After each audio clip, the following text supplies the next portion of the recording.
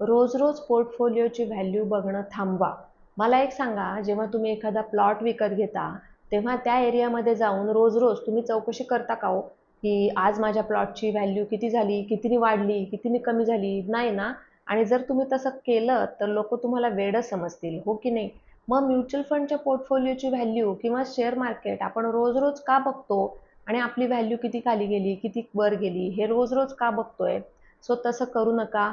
Market व्हॅल्युएशन्स जे वर खाली होत आहेत ते आपल्या हातात नाही आहे.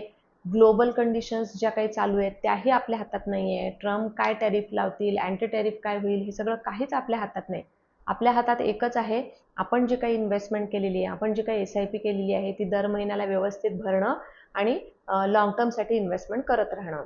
आता लाँग टर्मसाठी इन्व्हेस्टमेंट करत राहण्याचा एक उदाहरण मी तुम्हाला आजच शेअर केलं आहे. यामध्ये मी आपल्याच एका इन्व्हेस्टरची नाव आणि फोलिओ नंबर सगळं आपण ब्लर केलं आहे, कारण आपण ते तुम्हाला शेअर करू शकत नाही. ती प्रत्येकाची इन्फॉर्मेशन सिक्रेट असते. फक्त तुमच्या मनातली भीती घालवण्यासाठी मी ती फाईल शेअर केलेली आहे, की ज्यामध्ये तुम्हाला दिसतंय की 8 वर्षांपूर्वी ह्यांनी SIP चालू केलेली आहे. त्यामध्ये त्यांनी 8 वर्षापासून एकही हप्ता न चुकवता व्यवस्थित इन्व्हेस्टमेंट करत गेले. आजही ती SIP चालू आहे आणि एवढ्या मार्केट व्होलॅटिलिटी नंतर सुद्धा त्यांना सरांना जवळपास 18% आणि मॅडमला जवळपास 16% पेक्षा जास्ती रिटर्न्स मिळत आहेत. मग मला सांगा, ह्या पोर्टफोलिओवर मार्केटच्या अप अँड डाऊन्सचा, रिसेशनचा, टॅरिफचा, वर्ल्ड वॉरचा काय इफेक्ट झाला?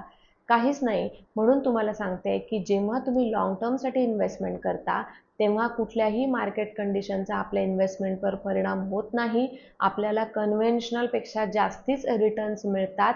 त्यामुळे जर तुम्हाला लाँग टर्ममध्ये वेल्थ क्रिएट करायची आहे, तुमचं गोल अचीव करायचं आहे, तर तुम्हाला इन्व्हेस्टेड राहणं हे एकच पर्याय तुमच्या हातामध्ये आहे.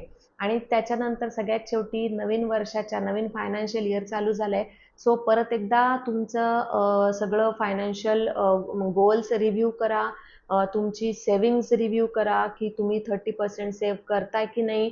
तुमचे सगळे टार्गेट्स लिहून काढा. तुम्ही ऑन ट्रॅक आहे की नाही ते चेक करा. आणि बाकीचा सगळा गायडन्स करायला तर आम्ही आहोतच. Thank you so much.